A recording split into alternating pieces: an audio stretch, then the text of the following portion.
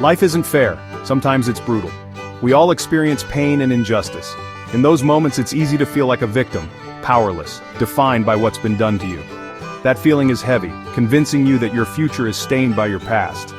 But the Stoics, ancient philosophers who endured exile, disease, and turmoil, knew a different truth.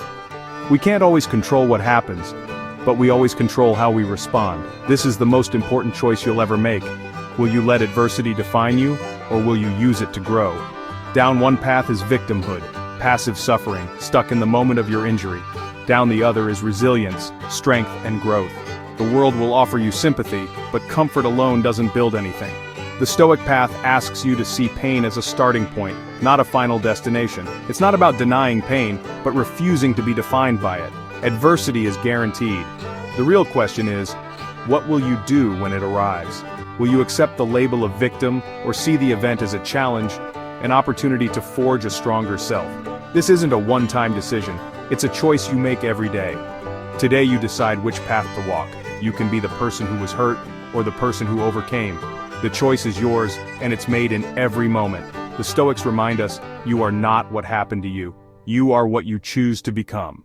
So which story will you tell? Will you wear the cloak of victimhood, or rise as a victor?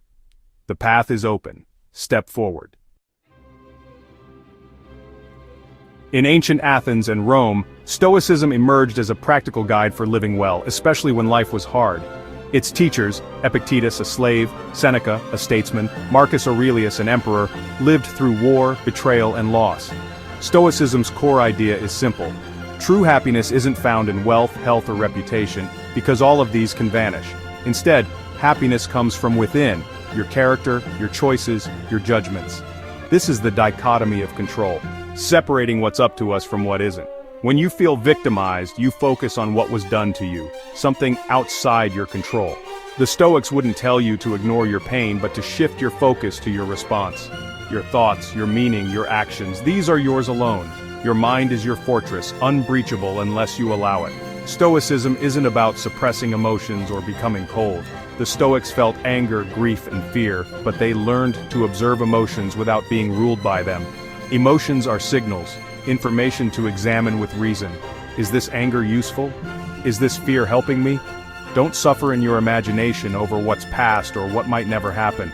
The real work is here now in the choices you make. Stoicism is for anyone who wants to reclaim their power. The present moment is where your strength lies.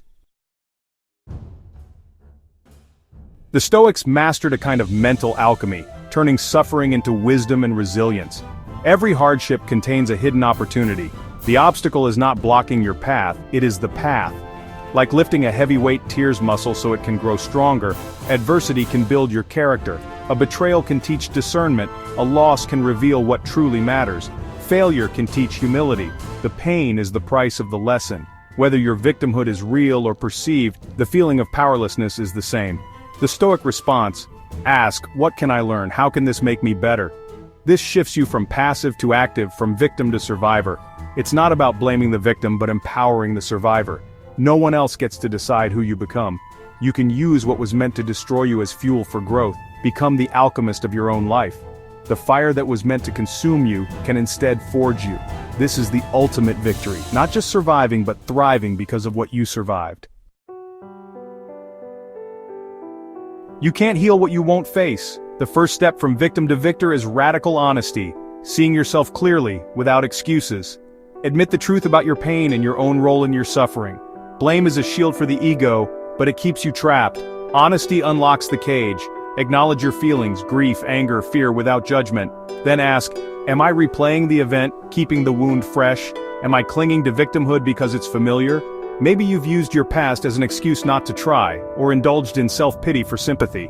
These are hard truths, but growth is always outside your comfort zone. As Seneca wrote, every new beginning comes from some other beginning's end.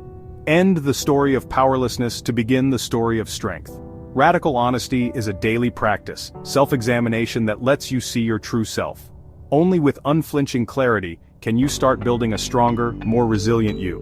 The real work begins when you stop hiding from yourself. Stoicism is meant to be lived, not just studied. The Stoics left us practical tools for resilience. First, separate your emotions from reality. When anger or sadness hits, pause. Remind yourself, this is just an impression, not the thing itself. This pause gives you space to choose your response. Second, practice acceptance, a love of fate. You don't have to like what happened, but you must accept it. Fighting reality is exhausting. Acceptance is the starting point for action. Third, take responsibility for what's within your control. Your actions, your attitude, your next step. Instead of why me, ask, what can I do now? Every small, deliberate action is a vote for your own strength. This is how you reclaim your power, one choice at a time. Practice gratitude and perspective. Each day review. What did I do well? What can I improve? Look for the good, however small. Zoom out, see your problems in the vastness of time and space. This doesn't erase pain, but it puts it in perspective. With these tools you can transform adversity into strength. History is full of people who embodied Stoic principles. James Stockdale, a POW in Vietnam, survived years of torture by focusing on what he could control, his mind and integrity. Viktor Frankl, in Nazi concentration camps, found meaning in suffering and chose his attitude, even in horror. Nelson Mandela, after 27 years in prison, chose reconciliation over revenge, transforming personal pain into national healing. These figures seem larger than life, but their principle is universal. You don't need to be a hero to apply it. The single parent working 2 jobs, the injured athlete mentoring others, everyday people turn obstacles into opportunities. The obstacle is not to be avoided, but engaged with. This is the Stoic way. The path is open to all. The journey from victim to victor is a transformation. The chains that hold you are often just stories you tell yourself. The Stoics teach us to examine and challenge these stories. Build your inner citadel, a mind fortified by reason and self-awareness. No one can force you to think a certain way or steal your character. Every Stoic practice, pausing before reacting, accepting what you can't change, taking responsibility, strengthens your citadel. Embracing this strength doesn't mean you'll never feel pain again, but you'll have a refuge. You become the lighthouse, not the boat tossed by waves. This is freedom from others' actions, from your own negative emotions. You choose who you want to be regardless of circumstance. When you build your inner citadel, nothing can truly victimize you. You decide what obstacles mean. The chains fall away, and you are free. The Stoic path isn't easy, but it's rewarding. It's a commitment to living with intention, courage, and wisdom. Your past doesn't have to be a life sentence. It can be the fire that forges you. Scars become symbols of resilience. This is a lifelong practice, progress, not perfection. There will be setbacks, but the important thing is to get back up. Stoicism has endured for centuries because it works.